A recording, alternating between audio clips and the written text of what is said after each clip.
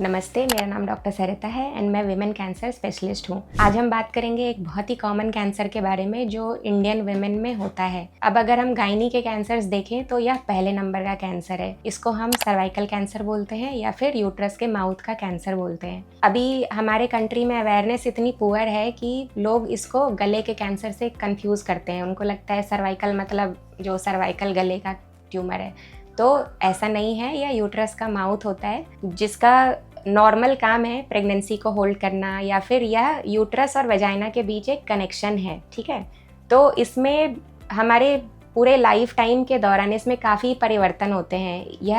यह वह अंग है जिसमें काफ़ी इन्फेक्शंस होते हैं। जो नीचे के रास्ते से डिस्चार्ज होता है वह भी इसी ऑर्गन की वजह से होता है। तो जाहिर सी बात है कि लंबे टाइम तक अगर कोई प्रॉब्लम परसिस्ट कर रही है तो कैंसर भी इसमें डेवलप होता है।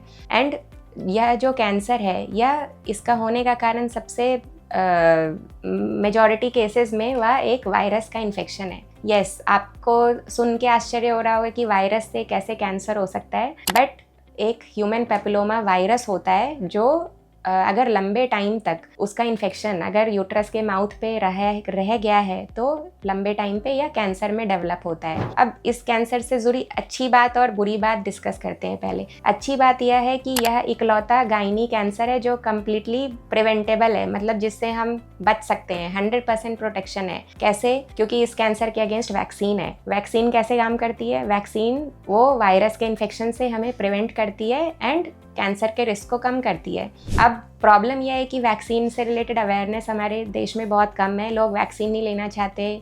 इवन गवर्नमेंट अपने प्रोग्राम में ले आएगी तब भी काफ़ी हेजिटेंसी रहती है कि हम अपने गर्ल्स को या बॉयज़ को दोनों को वैक्सीन दिला सकते हैं, हम उनको वैक्सीन दें या नहीं दें।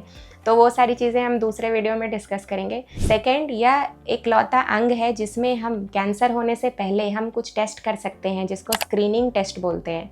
मतलब हम बीमारी को देखने के लिए नहीं टेस्ट कर रहे हैं, हम यह टेस्ट इसलिए कर रहे हैं ताकि हम यह जान सके कि आपको वह बीमारी हो तो नहीं सकती है, मतलब प्री कैंसर। यह कैंसर मैंने शुरू में ही बोला था कि इसको बनने में काफ़ी टाइम लगता है, तो इसको बनने में 5 से 10 साल लगते हैं। अब किस पेशेंट में 5 साल लगेंगे, किस में 10 साल लगेंगे, यह बहुत सारी चीज़ों पे डिपेंड करता है, स्पेशली आपकी इम्यूनिटी। बट यह कैंसर हमें एक बहुत लंबा टाइम देती है ताकि हम बीमारी को प्री कैंसर के स्टेज में डायग्नोज कर सकें। उसका पूरा इलाज होता है।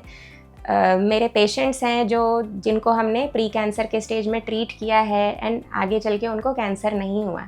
तो यह कुछ ऐसी चीज़ें हैं, मिथ्स हैं इस बीमारी को लेके जो हमारी सोसाइटी में है। अब उसमें हम यही कर सकते हैं कि हम अवेयरनेस प्रोड्यूस करें। तो आपने कारण जान लिया, यह कैंसर एक वायरस की वजह से होता है।